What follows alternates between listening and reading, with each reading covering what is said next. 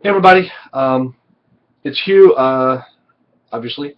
I was putting sand in books earlier today, which seems like a normal thing to do for me.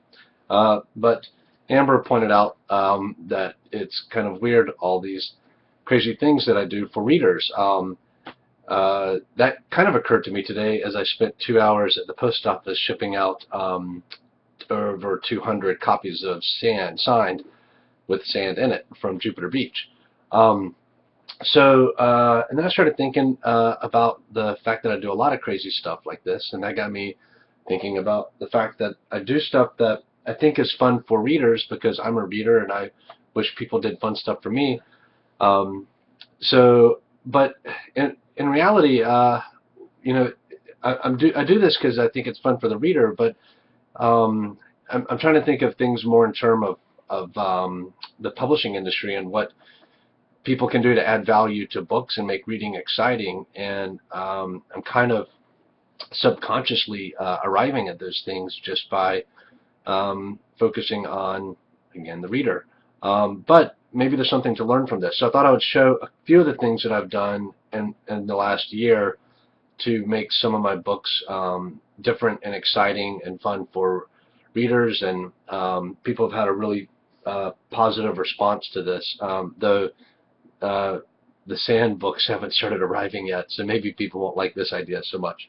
But I thought I would show some of these things because it just goes to show, like with anything that you offer, um, come up with some way of making it special, making it your own. Maybe if you're someone who can draw like Ben Adams, who did all those beautiful prints behind me, and the illustrations inside sand, maybe you'll do a sketch inside of your books. If you've seen me draw, you'll know that's not my forte.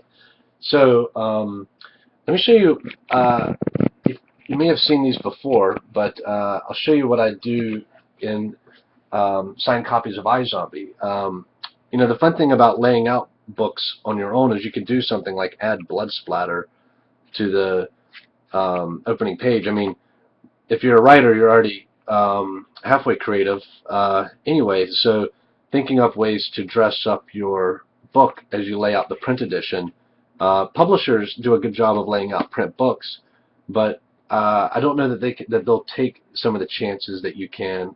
This also includes iZombie, the print edition, includes pictures I've taken around New York City with each section, because this is a New York book, and it's so this is my photography, and I can just add it into the PDF, and um, it gets printed. Doesn't cost anything extra, and it just gives the reader something special. These are the Martin Puryear pylons. It's my favorite sculpture in all of New York, maybe the world.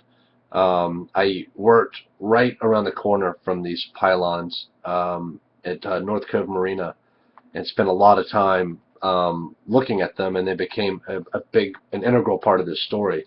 So the character thinks about them and discusses them and what they mean to him. And here's a shot up between two skyscrapers in New York, and so these are that's something you could do. But so what I decided when I got these iZombies for the first time is I signed them in red ink. Um,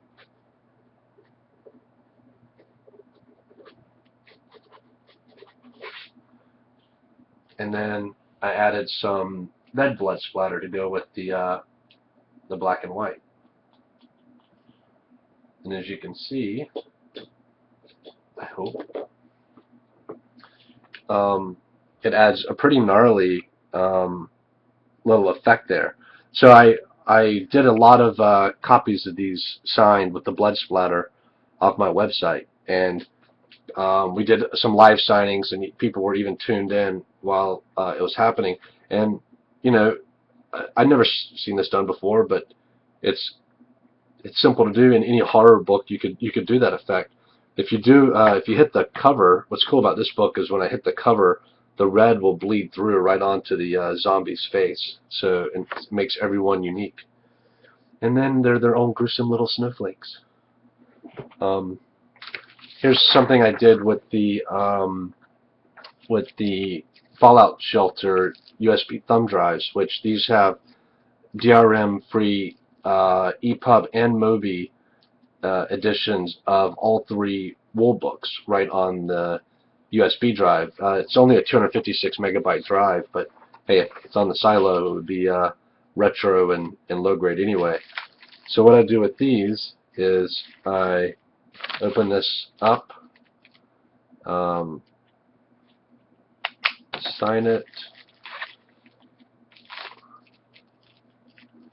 and then I include, this is the cool thing, my mom prints out my manuscripts when I send them to her, and I printed out a letter on the back side of in the entire manuscript, and I sent manuscript pages to readers with the thumb drives. And this one happens to have a correction from my mom on it. And in the letter it explains what this is. You understand, why you have a single page out of context, and what my mom has meant to me in learning to read and in my writing career. So that's I think a pretty cool little bonus. And again, these are things that don't add a lot of time, and it's something that no one can reproduce. Only you can really do these sort of personal touches. And I think the more you are in that starting off phase of your career, the more important it is to do these things and to think about how to increase the value for the readers. And for sand, I've taken a couple of poop bags from the dog beach here in Jupiter and filled them with sand from Jupiter Beach, and I'm sprinkling them throughout the books here. And yes, that's going to be highly annoying for the reader when they're reading in bed and sand is falling out in their laps. But as you read, I mean, this is the life that these people live. I mean, when you read this, if I've done my job correctly, you'll feel like you're breathing sand and living in the sand. And so having a little sand in your bed will add to that. So that's just a few of the things that I've done over the years. Most of it has been scalable. Things are getting a little wacky lately. I don't know how many more of the signed book editions I'll be able to do, because things, people have asked me, why don't you farm some of this out? You can't personalize books and sign them and have someone else do them. It's just not the same. And so as long as the orders stay within reason, you can handle this. And when you're starting out, that's when just doing one copy for a blogger or for a family member or a friend, just be creative and think about what you could add to your books, and that'll help you stand apart and help you connect with your reader. And this is how you can add value to your story instead of just producing an ebook. Create a print book and then think about what you can do with it. Oh, other stuff you can do. I talked about being able to put photographs and things, but like with sand, I added very tiny text that you'd have to use a magnifying glass to read around the title. I always do something fun with page numbers. For sand, page 141 has something unique down at the bottom. In the Wool series, all the page 99s have a % mark after 99. So there's always something you could do that you'll have the time and energy to think of it. A publisher is going to format it according to house style. So you'll care about your baby in a way that no one else will. So do something fun and interesting with it. And if you do, share a video of it so I can see, and we can all marvel at your ideas, and maybe borrow them and share them and see where it leads. All right, take care.